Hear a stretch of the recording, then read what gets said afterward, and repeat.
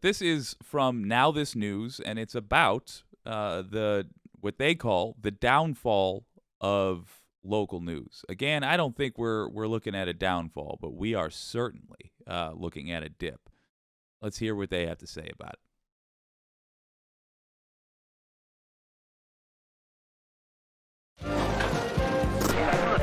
Broadcast, thank you very much, and have a good evening. Over the past few decades, local journalism has been decimated across the United States. Newsrooms have shrunk, TV stations have stopped sending reporters to small towns, and local papers have dwindled or shut down entirely due to corporate buyouts. Local news is a keystone of democracy. So what happens to democracy without local news? There were reporters covering communities all over the state, reporters covering state agencies, reporters covering issues. We really covered pretty much everything. This is David Owens, a former reporter who covered the state of Connecticut for 32 years, first at a small local paper and then at the Hartford Courant, the state's largest daily newspaper and the oldest continuously published paper in the United States. When I went to the Hartford Courant, I went into a newsroom of 400 people. I saw that number decline dramatically to probably 40 when I left. The steep decline Owens saw is mirrored in newsrooms across the country. 25% of all U.S. newspapers have shut down since 2005. Nearly 50% of counties only have one paper, typically a weekly. And as of 2022, 211 counties, where more than 70 million Americans live, don't have a local newspaper at all. There's also the way the news business has changed. Let's pause it here for a moment just because I want to, I don't even know if I'd call this corrections. I want to be nice. But some differences of opinion, let's say, or rather some reframing. There it is. When they say that these counties only have one local newspaper, or they're talking about the newspaper going away, the reason that's serious is because when you do a video, for example, the expertise needed broadens. It's literally because a video is more difficult to do that it's a problem. Why is that? Because it's less pure. Imagine if the news could only be read for whatever reason. They're not for legal reasons, but some amazing genie wish happens, and suddenly reality works in such a way where the news can only be read if it is written in both French and Spanish. Well, the number of people who are capable of bringing you the news goes way down. And the news you are getting is suddenly from the perspective of people that have spent a big chunk of their time learning French and Spanish, and the expertise needed to be hired on. It goes on and on and on. An article written about local events is what they were talking about in that front part. Now, we're also, I suspect, I haven't seen this video yet, but I suspect they're also going to talk about local TV news stations. Sure. But the reframing I'm talking about here is we still functionally have a lot of that service. It's just people don't get paid for it. There's a problem. The local reporting is done often by the community. It's wild to see. Which also means because their expertise is not in fact-finding. In fact, the only reason it's being done is because people are present and have a cell phone handy. We're adding to the likelihood that disinformation is going to be spread, or that the official line said by a mayor is going to get pushed along. So it's all I'm saying is the picture they're painting here is bad, and I acknowledge that. But this is not to say that information is gone. This information doesn't get generated anymore. It's just generated badly. You might even say that's a worse problem. But let's see how far they go with this. believe it or not, I think we have a real opportunity to fix this. But I'll go into my long-winded detail on the other side. Let's let him finish. We've gone from a deadline of 5 o'clock in the afternoon to file your story for the next morning's newspaper to having to feed the beast all day. And that prevents you from perhaps doing the amount of detailed reporting that you want to do. There's less coverage of environmental issues, there's less coverage of development projects, school board meetings, government corruption, police misconduct, and so much more. This is Kate Ruan. She's the director of the U.S. Free Expression Programs at PEN America, a nonprofit that champions free expression through literature. The organization released an expansive report in 2019 that explored the decline of local journalism throughout the U.S. I'm just going to be fast because the Wicked community often sums it up better than anyone else I see, including me. Zick says mainstream and local media need to accept that the paper/cable TV paradigm is no longer effective. They haven't properly tapped into the online market. That's it exactly. It is a question of tapping into the online market. That's all. It's simply been a failure of an industry to adapt. It is not to say that such an industry could not exist in our time.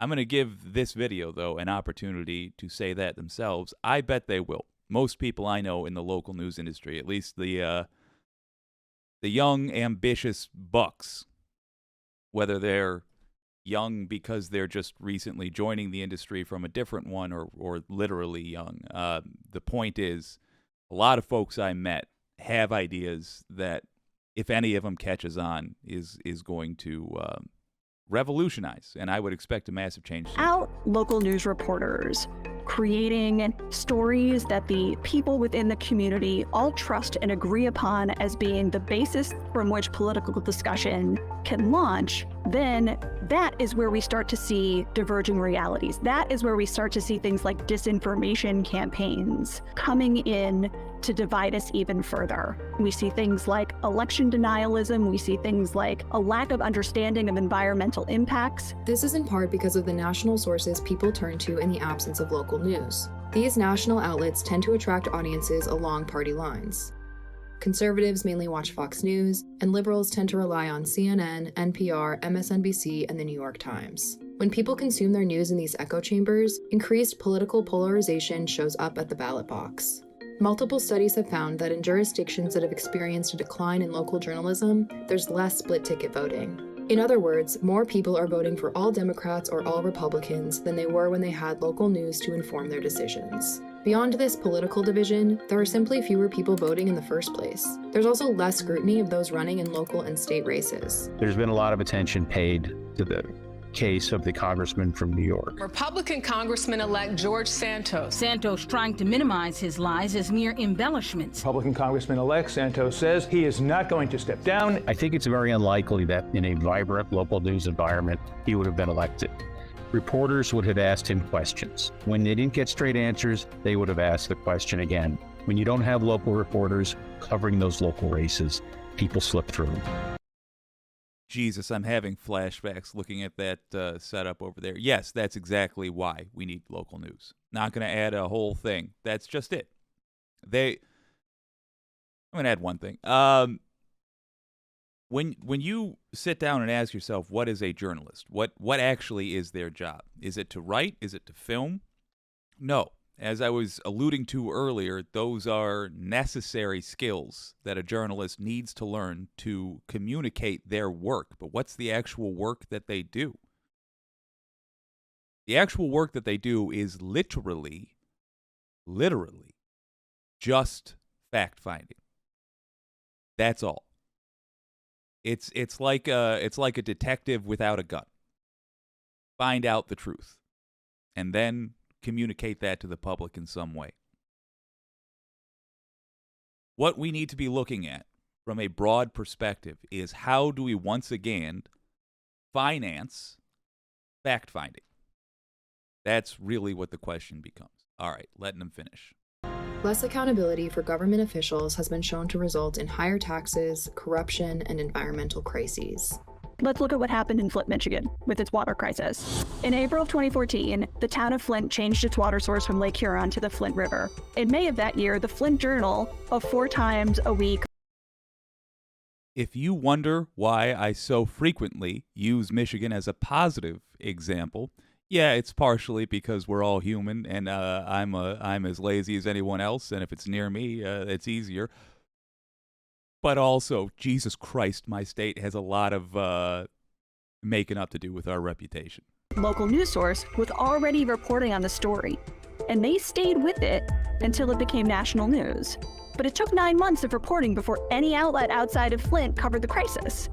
Residents of Flint are part of multiple communities that have long been underrepresented and undercredited in national news coverage. Now, what would have happened to the people of Flint, who are a community who were raising concerns, without the Flint Journal? How many Flint water crises are we missing because there's no one covering them? The Flint Journal is just one example. Many other local news outlets have uncovered massive crimes with wide-ranging impacts. Reporters at the Boston Globe were the first to reveal abuses in the Catholic Church in Boston. A Miami Herald investigative journalist exposed sex trafficker Jeffrey Epstein after identifying and interviewing dozens of alleged victims. Indy Star reporters broke the story on Larry Nassar's longtime child sexual abuse. Without local journalists to uncover these stories, exploitation, abuse, and corruption slip through the cracks. On the flip side, moving beyond sensationalist if it bleeds it leads coverage of crime becomes more difficult when local journalists don't have the resources to dig deep or investment in thoughtful storytelling from the powers that be. Clearly, local journalism is at a crossroads. So what can be done? Revitalizing local news will require investments that collectively total billions of dollars, and that cannot come from a single source, but will require concerted action from philanthropic, private, and public sectors. We support the federal government doing 3 things to support local news. The first is to stop the rampant consolidation and nationalization of news. The second is to create a commission that will study what the federal government needs to do to provide support to local news organizations, and specifically they should consider how and how much public funding to give to these sources. And third, they should pass tax credits that help support people to be able to purchase news sources and help support news sources to remain in business at this critical time. I'm hopeful that there's a market out there for good journalism. I believe there is. I believe there's a lot of good people out there who care about truth and who care about reality. They need to put their money where their hopes are.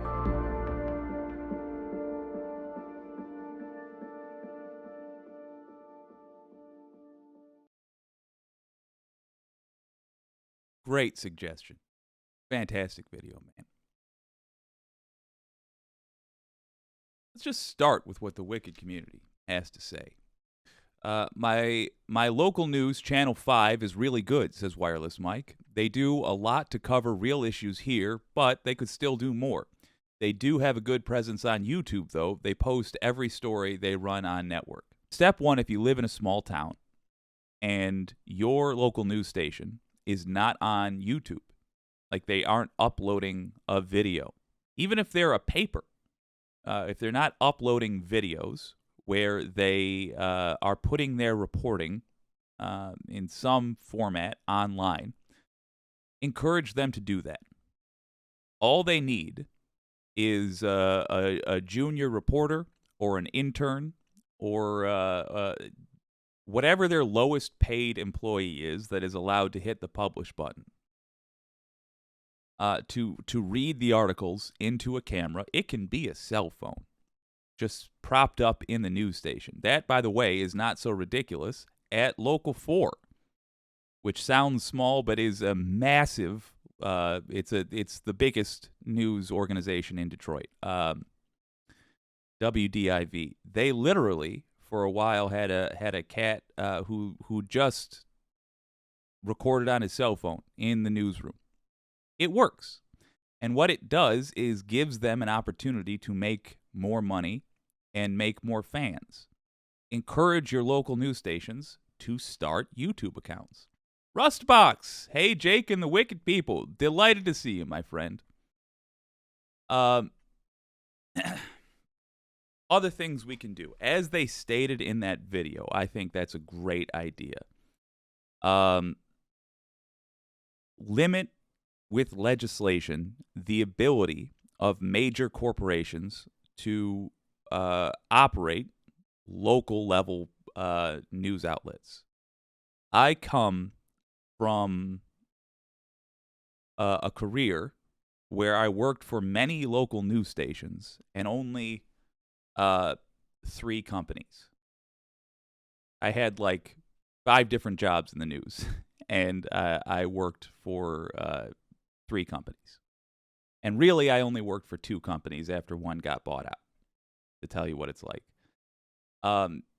Nexstar, for example, is every bit as big as Fox. Graham Media is every bit as big as MSNBC. Gray is every bit as big as CNN. These are all companies which control literally hundreds of news stations around the country. And it kills actual local journalism. You might think, oh, well, aren't they sponsoring it? Not really. They make it difficult to exist as an independent business, and we have in part the legislation between Reagan and Clinton, and I think George H.W. Bush as well, bridging those, that made that possible. So federal rules. This isn't a wicked. This is Salty Saturday. I'm just going to tell you the situation as I see it. I was there for the decline of the industry, for a lot of it. And I'll tell you, most of it came from the fact that old school folks were making old school decisions, were too terrified of the internet to seriously consider it. And then when they realized they had no choice but to get involved with the internet, they did so in a way that was begrudging.